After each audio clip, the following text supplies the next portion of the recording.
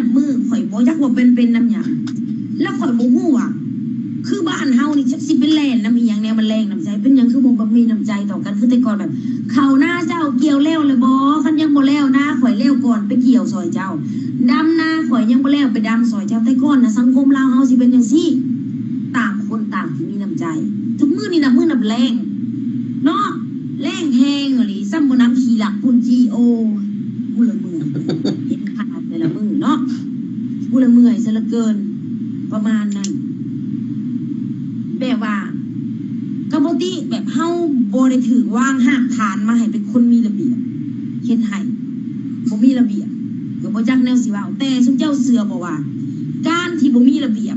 มันสิพาให้ไปถึงความทดถอยในมื้อหน้าซึ่งข่อยเป็นห่วงนำบ้านเฮาเมืองเฮาข่อยอยากให้คนบ้านเฮาเมืองเฮาเป็นคนที่มีน้ำใจเป็นคนที่มีระเบียบ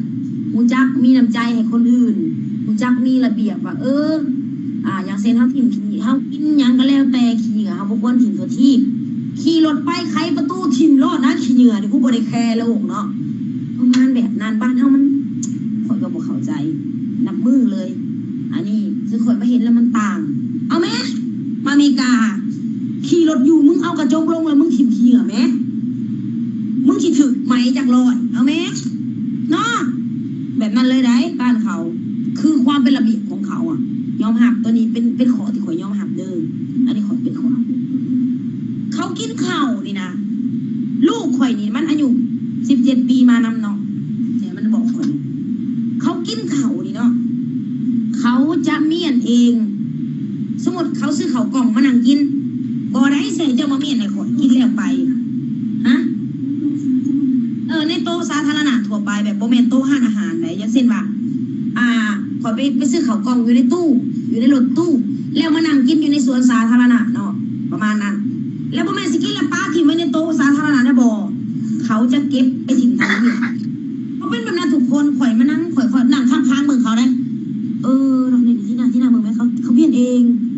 นั่นเขาเมียนเองนั่งเบิ่งกับลูกเขาเมียนเองอ่ะเงินหลาย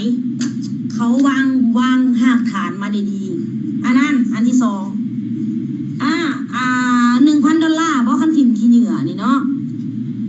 ถึงไหม$1,000เนาะคันถิ่มขี้เหงื่อแบบนั้นนะคือเบิ่งเอาจักปาบเนาะอยู่ลาวน่ะจะมีจักปาบไหมเทอละล้านโลดล้าน1ทิ่มทุบล้าน1โลดเนาะเอาอยู่ดอกไม้สาธารณะปลูกไว้มึงเด็ดล้าน1โลดเนาะดอกละล้านเอามึงดูบัก5ได้ถิ่มขี้เหงื่อบนถิ่มขี้เหงื่อลงทางมับปั๊บมันเทอละล้านโลดแม่เอาให้กูนั้นจักบาทสวยเอาไปเสลี่ยกับค่าไฟที่มันแพงๆนะทำไมพวกแบบนี้แล้วไปลดค่าไฟลงก็มาแล้วกูคันแขวสวยได้ออกมาเลยหึนเนาะออกมาเลยหึนแบบบ้านเฮามันยังบ่ทันได้ถือจำกัดแบบนี้ก็เลยยังมีคนที่แบบบ่เป็นระเบียบสักทรายแต่ว่ากะข่อยก็หวังอย่างยิ่งเนาะว่าสักมื้อบ้านเฮากะสิเจริญคือเขาแล้วก็สิให้เป็นระเบียบคือเขาก็ค่อยๆไปแหละคนเฮามันก็สิออกจากท้องมาปุ๊บปั๊บย่างโลดมันก็เป็นไปบ่ได้มันก็ต้องค่อยๆย่างค่อยๆไปก็บ่เป็นหยังกะมีแต่ว่าข่อยนั่งเบิ่งจุดดีของเขานี่คือการที่ข่อยนั่งเบิ่งจุดดีของเขาได้แล้วข่อยแลกเปลี่ยนให้หมดเจ้าฟังคือหมดเจ้าอยากฟังก็ฟังอันนี้คือข่อยสิ่งที่ข่อยเห็นมา3คิวข่อยมานี่6 มื้อทุกอย่างจะต้องตามคิวบ่มีได้ให้แม่ก่อนลูกให้แม่ก่อนแม่เฝ้าว่าข่อยก่อนได้ข่อยเป็นลูกเจ้าล้านนายเฮ้ยบ่ได้เด้ข่อยมีเงินให้ข่อยก่อนบ่มีอยู่นี่บ่มีคำว่าเงินบ่มีคำว่าลูกเจ้าล้านนายบ่มีคำว่าอีหยังบ่มีคำว่าเฝ้า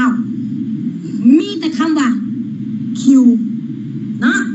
คิวข่อยมักหลายตัวนี้ทุกคนอยากเห็นยังก็แล้วแต่กินน้ำซื้อเครื่องเช็คบิน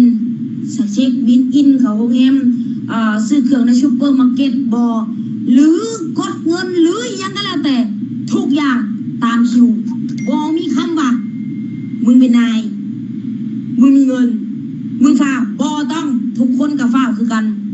ทุกคนกับล้วนแล้วแต่เป็นคนและฝ้าคือกันเขาอยู่ในคิวนี่คนมักแห้งตัวนี้นะจะลองแซงคิวไหม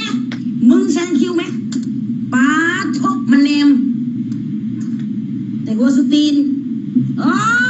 มันดูถูกเหยียดยามจะสิว่าบอกเหยียดยามคงติดแทงคิวมันบอกว่าเสนาด่าจะร้ายเติบคุณได้เขารังเกียจที่คือการแซงคิวประมาณนั้นไหนตามกฎเป๊ะเป๊ะเป๊ะเป๊ะบริเวณซีเมนต์ซีมาอ้างนั่นอ้างนี่เพื่อที่อยากจะได้สิทธิพิเศษนะยกเว้นสเตที่ข่อยเห็นสิทธิพิเศษคือคนพิการคนท้องคนเฒ่าอันนี้เห็นสิทธิพิเศษข่อยเห็นกับตาอีตาหนึ่งเนาะเราก็ใหญ่ๆเนี่ยเรากำลังยืนเรากำลังนั่งอยู่รถเมล์ได้มันมีรถเมล์แบบรับส่งนักท่องเที่ยวอยู่ในอันแกรนด์แคนยอนนะแล้วนั่งอยู่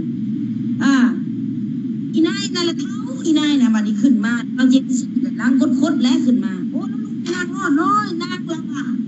โอ้สมเสยแล้วเลยข่อยทางลาวเขาเด็กโอ้ยมึงเรื่องของแถว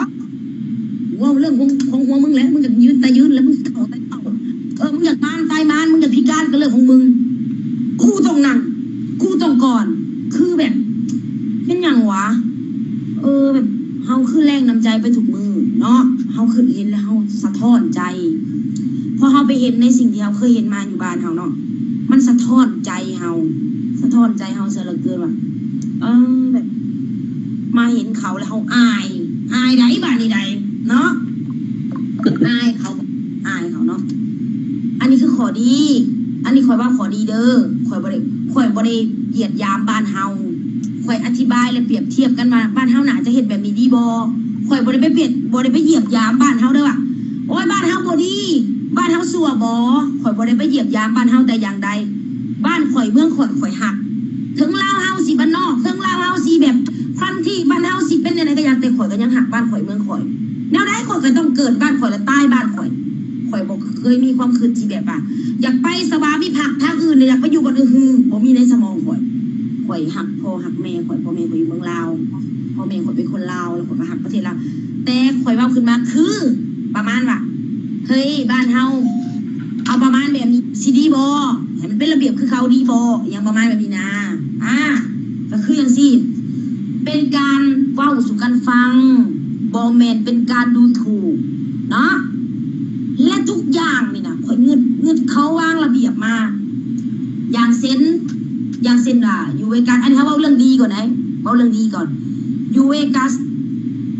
โคตรพ่อโคตรแม่งามสมคำว่าสวรรค์บนดินยอมหับแต่มันเป็นสวรรค์ของคนมีเงินคนที่มีเงินไปลิ่นเวกัสม่วนคักดีแต่สำหรับคนที่บ่มีเงินเขาบอกจะโลดแค่เวกัสทุกอย่างเงินแล้วก็เงินแต่เขางามเขาสามารถเฮ็ดให้ทะเลทรายขึ้นออกบอกทะเลทรายยังก็ลูกทะเลทรายให้มาเป็นเมืองให้มามีน้ำใสเขาเฮ็ดได้แนวใดค่อยได้ยินประวัติว่าใกล้เขาเล่าให้ค่อยฟังมีประธานาธิบดีคนที่17หรือ10เท่าไรแล้วข่อยก็บ่จักเนาะ17คือว่าซั่นแหละแล้วชื่อแน่บ่ชื่อแน่เฮาก็นั่งฟังในรถเนาะลาวเล็งเห็นว่าเขตเวกัสนะมันบ่มีน้ำใสมันถูกบ่มีน้ำใสเนาะสุเนาะปลูกหยังมันสิเกิดในเมื่อมันบ่มีน้ำถือบ่ลาวเลยเกณฑ์คนจ้างประชาชนเป็นแสนคนไปเฮ็ดเขื่อนฮูเวอร์แดนแม่นบ่แม่นแล้วเนาะเขื่อนแม่นเนาะที่นั่นเนาะเขื่อนฮูเวอร์แดนที่นั่นมันบอกกูก็บอกน้ำมันกูบอกในบ่ได้ถึงในบ่ได้ขออภัยเด้อคันว่าผิดกันนะเอาได้เด้อแล้วเขื่อนนั้นฮูเวอร์แดนบ่เด้อแหละเด้อแล้วสร้างให้เป็นเขื่อนที่ใหญ่ที่สุดอยู่ในอเมริกาเพื่อกักเก็บน้ำให้ใช้ได้ตลอดปีเพื่อเอาไปสร้างบัดนี้เมืองเวกัสก็เลยเกิดขึ้นย้อนว่าคนที่ไปสร้างเขื่อนนะมันหลายแคมป์มันหลายเนาะสุนคนเป็นแสนเนาะก็เลยเกิดเป็นเมืองเวกัสขึ้นหลังจากเกิดแล้วก็เลย ติดต่อนอเนื่องสืบยาวกันมากก็เลยเป็นแหล่งท่องเที่ยวไปในโตว่าสันสมัยนี้คือการเล่าย่อๆเด้อแต่ว่าประวัติรวมๆยาวๆไปเบิ่งอยู่ในDiscovery เด้อเสิร์ชหาอยู่ในมีหยังให้ทำอาจารย์กูบอกได้เนาะค่อยนับถือเป็นหยังจังนับถือถามว่าเป็นหยังนางเป็นหยังนางคือนับถือคือข่อยอยู่เซโนยังอีก3 นาทีก็หมดเป็นเมืองหนึ่งอยู่ในประเทศลาวที่น้ำเทวดาทรงโปรดแต่กราบให้ไหวก็ไหวอึดน้ำซะเหลือเกินมาเห็นเขื่อนเขามาเห็นบ้านเขาบ่มีน้ำแล้วเขาเห็นเนี่ยมันมีน้ำแล้วโอ้ยอิจฉาโอ้ยไม่เห็นให้กูในกว่าอยู่เชโนฮะนะแบบประมาณแบบนี้ขึ้นอยู่ในใจสนุกว่าบ่ได้เป็นว่าสไคตีไคดอกมาคนเฮาเนาะเห็นตรงนี้เฮาบ่มีหยังก็ต้องอิจฉาเป็นธรรมดาเฮ้ยทะเลทรายอาริโซนาบักใหญ่แม่นบอกว่าคือเบิ่งเขายังสามารถเห็นให้เกิดเมืองซึ่งเป็นสวรรค์บนดินมีน้ำใสหมดปีหมดซาระบบการระบายน้ำของเขาระบบการพันน้ำเสียของเขามาเป็นน้ำสะอาดเอาให้น้ำสะอาดมาเป็นน้ำก๊อกน้ำบ้านเขาเปิดกินได้เลยบ่ต้องซื้อน้ำกินซื้ออิดบ่มึงอิดบอกอิดตีบัดนี้กูอยู่ลาวอยู่เชโนผัดบ่มีน้ำเม็ดใดๆสะอึดกระดอปีใหม่นี่ซิเว้ยบ่มีน้ำหดกันนี่ใดๆสะก็เกิดความอิจฉาเลยก็น้อยเนื้อต่ำใจโอ้อยากให้บ้านเฮามีแบบนี้เด้อย่างประมาณแบบนี้ก็บ่ได้ติหยังดอกเพียงแต่คิดในใจแบบคนเฮามันก็ต้องมีความคิดเนาะอยากได้อยากคิดออกว่ามันอยากได้เด้อยากมีแบบนี้อยากมีอ่างเก็บน้ำใหญ่ๆอยู่เซโนความหมายนะเนาะเซิงข่อยนับถือเลยนับถือการเบิ่งไกลของเขาหรือว่ามองการไกลเขาเบิ่งไกลว่าอนาคตคันยังบ่มีประชาชนกูต้องถูกยากเขาเบิ่งแบบนี้นะเขาเบิ่งอย่างซี่เขาก็เลยสร้างพอเขาสร้างประชาชนเขาก็เลยมีกินมีใช้เขาก็เลยได้เท่าถึงมือนี้เนาะก็อยากแบบเขาเข้าใจดีเขาคือเดี๋ยวนี้เนาะอีลุงทามขึ้นปุ๊บอีลุงทามอยากให้มีแบบอเมริกันดรีมอย่างนี้เนาะอเมริกันดรีมลาวเฮาแบบเนาะแบบอีลุงทองรุ่นน่ะจะมีแบบลาวดรีมประมาณสิเนาะอีลุงเนาะลุงเนาะเขาลุงฟังลูกหลานจักหน่อยกันเดี๋ยวลุงเด้อตัวเตี้ยมาแถวเซโนเนี่ยเอาออกอ่างเนี่ยเขามาคุดมาเห็ดนะลุงเด้อพอลูกหลานจะมีน้ำใสมือหนามือในอึดอยากกระโดดลุงเซโนน้ำเรื่องอื่นมันเป็นยังเรื่องน้ำลุงน้ำเขาสิเป็นร้อยคู่มือรถขันเจ้าเห็ดอ่างเนี่ยโอ้ขักลุงเนาะอันนี้ก็ว่าขึ้นมาขอดีของเขาก็ยกย่องเขาในสิ่งที่เขาแบบว่าคือการไกลซึ่งแต่ละประเทศนี่ก็แตกต่างกันคือจีนก็มีพลเมืองหลายเขาก็สิขึ้นแบบแบบใดให้บ้านเฮาเมืองเฮาตกทอดเอาเส้นรุ่นเส้นล้านแบบใดเนาะอันนี้คือจีนเขาขึ้นอันนี้อเมริกาเขาก็ขึ้นว่าทะเลทรายกูเฉียดอะไรไหนเขาก็ขึ้นมาแล้วก็ตกทอดมาฮอดเส้นลูกเส้นโอเคบ้านนี้ขอบใจน้ำที่ลุงเอาคลิปมาให้พ่อแม่พี่น้องเอาเบิ่งเนาะอันนี้แหละพ่อแม่พี่น้องความจริงวันนี้จากความจริงแล้วเฮามาว่างคำถามกันว่าพวกเฮาที่เบิ่งคลิปไปแล้วนางอันนี้เราเป็นไผเรามาจากไสอันนี้แม่นทุกคนก็ฮู้นำกันเพราะว่าอันเจเซโนก็แม่นเนาะไผก็เห็นเราเคยเว้าออกมาเรื่อยๆอยู่ในคลิปแต่อยู่ใน Facebook ต่างๆเราเคยเว้าเรื่อยๆอันนี้ล่ะพ่อแม่พี่น้องความจริงที่ว่าเฮาเว้ามาหั่นนะบ่แม่นเฮาเว้าได้อันนี้เรามาเห็นซื่อๆเรามาลำข้าวแต่เราก็ยังคิดอยู่ว่าเรายังคิดหอดบ้านเห็นบ่ขย้อนพวกเฮาลุงชำจิตลุงคิดแนวใด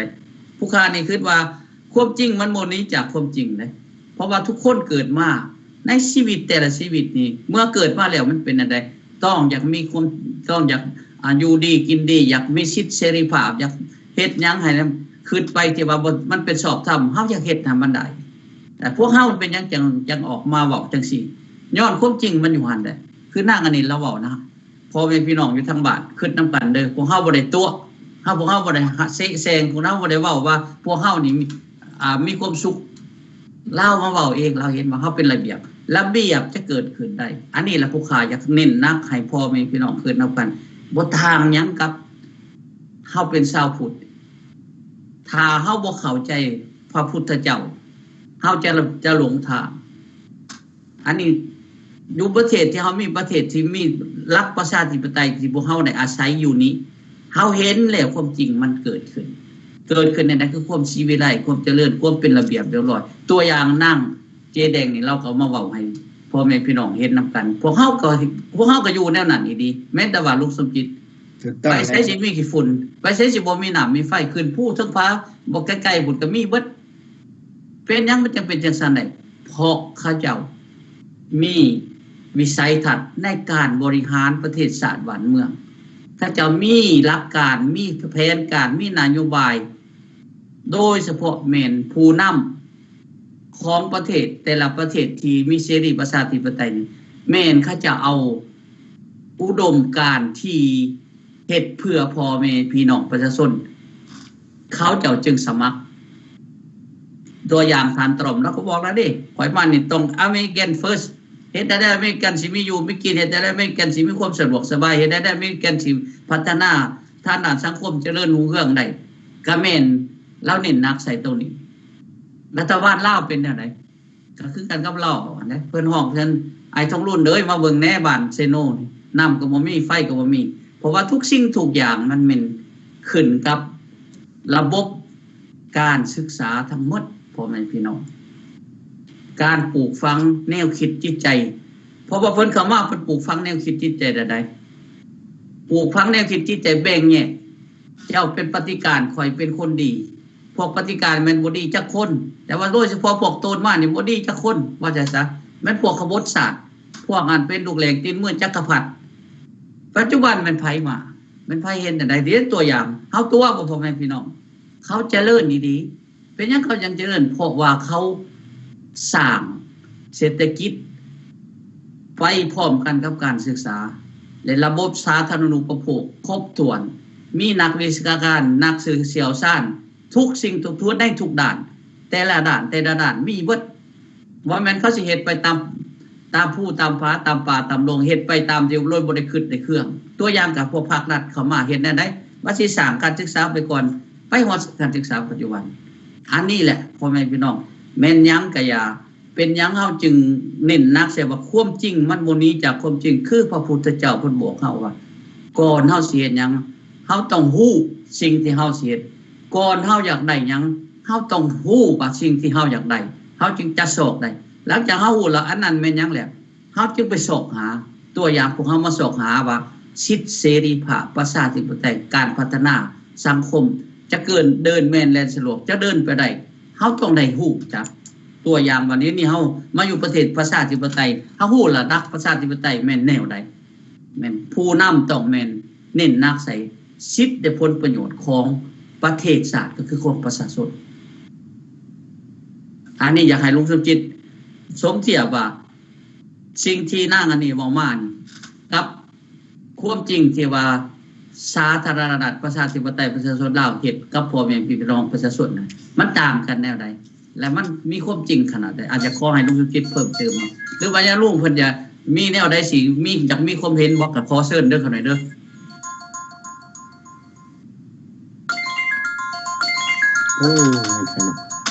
ฮัล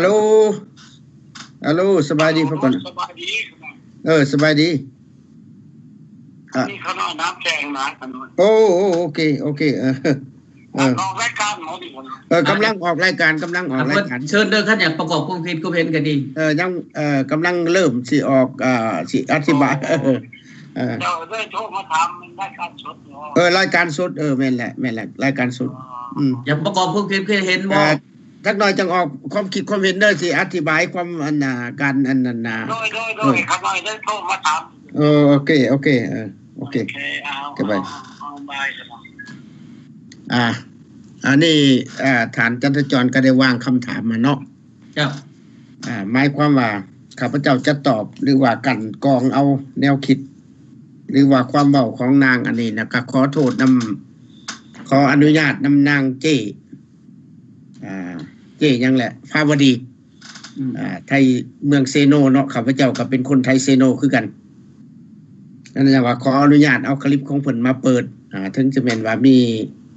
บ่ได้รับอนุญาตโดยตัวของเพิ่นเองก็ตามแต่ว่าข้าพเจ้าได้เห็นแล้วข้าพเจ้าเอามาเปิดมาสมเทียบมาให้ญาติพี่น้องเบิ่งว่าเจ้เพิ่นได้มาท่องเที่ยวอยู่ในประเทศอเมริกาแม่เพียงแต่6 วันเพิ่นก็เห็นความจริงฉะนั้นจังว่าอันนี้แหละครับพระเจ้าจังว่าความจริงนี่มันมาจากการสัมผัสการเห็นการได้หู้ได้เห็นคักบ่แม่นบ่ได้ยินแต่คนเว้าแล้วเอามาเว้าต่อโดยที่ว่าตัวเองบ่เห็นบ่จักแบบเดียวกับสมัยเพิ่นเข้ามา1975โอ้ยประเทศโซเวียตนี่ปูพรมหมดประเทศเอาความหมู่มาตัวประชาชนมาตัวอันนี้หมายความว่าการตัวนี่หมายความว่าผิดจากระบอบประชาธิปไตยคันที่ว่ากับผิดจากศีลธรรมกะแม่นจะว่าทานจันทจรการตัวแต่ว่านางอันนี้เรามาเห็นนี่6 มื้อเรามาเห็นเนาะเราว่าข้าพเจ้ามานี่ก็บ่แม่นอยากมาอยู่ดอกอยากมาเบิ่งมาเห็นกระแสนมันขึ้นฮอดคันว่าเรามา6 มื้อเราขึ้นฮอดประเทศบ้านเกิดเมืองนอนพวกเฮานี่มาได้40 กว่าปีเฮาก็ขึ้นฮอดคือกันเฮามาเห็นแล้วประเทศนี้มันเจริญรุ่งเรืองแล้วคิดเห็นบ้านพี่เมืองน้องคิดเห็นบ้านตนเองเห็นพี่เห็นน้องเห็นอ้ายเห็นน้องเห็นพ่อเห็นแม่ที่ตกทุกข์ได้ยากแล้วอยากนำเอาความเจริญในเมื่อหาบ้านเฮาฉะนั้นจังว่าเฮาจังมาเว้ากันทุกมื้อนี่เว้าให้ลูกหลานญาติพี่น้องอยู่ทางเมืองลาวพุ่นเข้าใจฮู้แล้วคันฮู้แล้วก็ต้องได้เปลี่ยนต้องปฏิบัติได้จังได๋มันจังเฮ็ดได้เนาะอันนี้คือเราเว้ามาว่าโอ้ยบ่ได้อยากมาอยู่ก็แม่นความลาวบ่มีไผดอกบ่มีไผจักคนที่ว่าอยากหนีจากบ้านเกิดเมืองนอนบ้านฝังไสแฮบ้านแพร่ไสบือของตนเองมาอยู่ประเทศอันนี้ถึงแม่นเพิ่นเจริญพวกเฮามาเห็นแล้วเฮาก็อยากกลับลาวตาวคืนเมื่อคือกันเมื่อสร้างสาพัฒนาประเทศชาติบ้านเมืองเฮาบ่มีไผอยากมาแต่ว่าความจำเป็นมันต้องได้มาเห็นบ่ความจำเป็นย้อนหยังคันเว้าแล้วเว้าความเก่าเราความหลังมันก็ต้องได้เล่าให้พี่น้องฟังให้ลูกหลานฟังผู้เกิดใหม่ใหญ่รุ่นพวกข้าพเจ้ามาอยู่นี้แม่นมาด้วยความจำเป็นย้อนหยังย้อนระบอบเผด็จการเข้ามา1975ก็ย้อนไกรสอนนี่นำเอาแก้วเข้ามาลุกลานประเทศลาวนับแต่154ข้าพเจ้าเว้ามาเรื่อยๆแต่ลูกหลานคนลาวบ่ทันได้เข้าใจแล้วบ่แม่นเฮาอยากบ่แม่นเฮามาท่องเที่ยวได้นี่เฮามานี่ได้แม่นเฮามานี่ตายมาความจำเป็นถ้าหากว่าเพิ่นบ่เอาแก้วมาลุกลานฆ่าฟันลั่นแทงฆ่าพี่น้องประชาชนพอตายพ่อพัดแม่พัดลูกพัดผัวพัดเมียกันไปในปี1975เริ่มแต่1975ไกรสอนเอามาเฮ็ดจังซั่นให้หน้าป่าทางไผก็ต้นโตนโยนหนีบ่แม่นเพียงแต่ว่าข้าราชการฮอดกรรมกร3ล้อแบกหามพอให้พอนักนี่พอไปพอมันเพราะว่าเพิ่นเอาไปฆ่าทิ่มนี่ฉะนั้นอันนี้แหละข้าพเจ้าจังว่าพวกเกิดใหม่ใหญ่รุ่นนี้บ่ได้เห็นเหตุการณ์เมื่อพวกเฮานี่มีเห็นเหตุการณ์จังซี่แล้วพวกเฮาจังได้เว้าสู่ญาติพี่น้องฟังคนลาวอยู่ในทั่วโลกนี่แตกนี้ 700,000 คนบ่แม่นผู้หนึ่งผู้เดียวเด้แตกนี้ 700,000 คนย้อนหยังย้อนว่าเขาเอาแก้วนี่เข้ามาลูกหลานข้าพเจ้าอยากถามพี่น้องเด้อให้พี่น้องเข้าใจว่าพวกเขานี่นะพระราชอาณาจักรลาวอยู่ในกับพระราชอาณาจักรลาวพระราชอาณาจักรลาวนี่บ่ได้ก่อสงครามพี่น้องบ่ได้เฮ็ดให้มีสงครามเลยสงครามนี่มันเกิดมาจากมาป้องกันสงครามมาจากไสสงครามมาจากไกรสอนสุพรรณวงศ์เป็นผู้ออกไปยั่วเอาแก้วเข้ามาต่อสู้มาทำลายประเทศตนเองมาทำลายชาติตนเองอันระเบิดประทิ่มอยู่ในเมืองลาวนั้นก็ย้อนว่าพวกเฮานี่พวกรัฐบาลพระราชอาณาจักรลาวนี่มาป้องกันชาติเพิ่นยังว่าโอ้ย อเมริกาเอาอันน่ะระเบิดไปทิ่มใส่หัวประชาชนลาวข้าพเจ้าบ่เคยเห็นคนลาวตายเท่าทุกมื้อนี่เห็นแต่ว่าเขามาคนเอากระดูกแก้วเมืองแก้วแล้วถามว่าคนลาวมีบ่กระดูกคนลาวไปคนเอากระดูกคนลาวมีบ่คือบ่เห็นประกาศออกจักเทื่อว่าคนลาวตายย้อนระเบิดนี่มีเท่านั้น100เท่านี้พันเท่านั้นแสนบ่มีอันนี้ข้าพเจ้าเขาเอาคืนหลังหน่อยหนึ่งเนาะฉะนั้นยังว่าบ่มีใครจับมาในประเท มี ศ แต่การเก็บกู้ระเบิดเนาะลุงเนาะ มีแต่การเก็บกู้ระเบิดคนสิไล่ช่วยอากาศเอาเงินของการช่วยเหลืออันนี้เนาะเฮาจะว่าฮอดนี้เนาะข้อที่2บัดนี้อันคุณงามความดีของคือลาวเว้านี่นะความจริงแล้วว่าความจริงเรามาเห็นแล้วว่าความจริงอันนี้แหละเพิ่นเอิ้นว่าความจริงเป็นสิ่งที่บ่ตายความจริงบ่หนีความจริงบางคนบ่เข้าใจว่าได้ยินเขาเว้าอยู่ทางพุ่นจักแม่นไผพาเว้าประเทศนี่ประเทศละอันน่ะประเทศอเมริกานี่เป็นประเทศเสรีบีหัวปุดเสรีบีหัวเพิ่นบ่ได้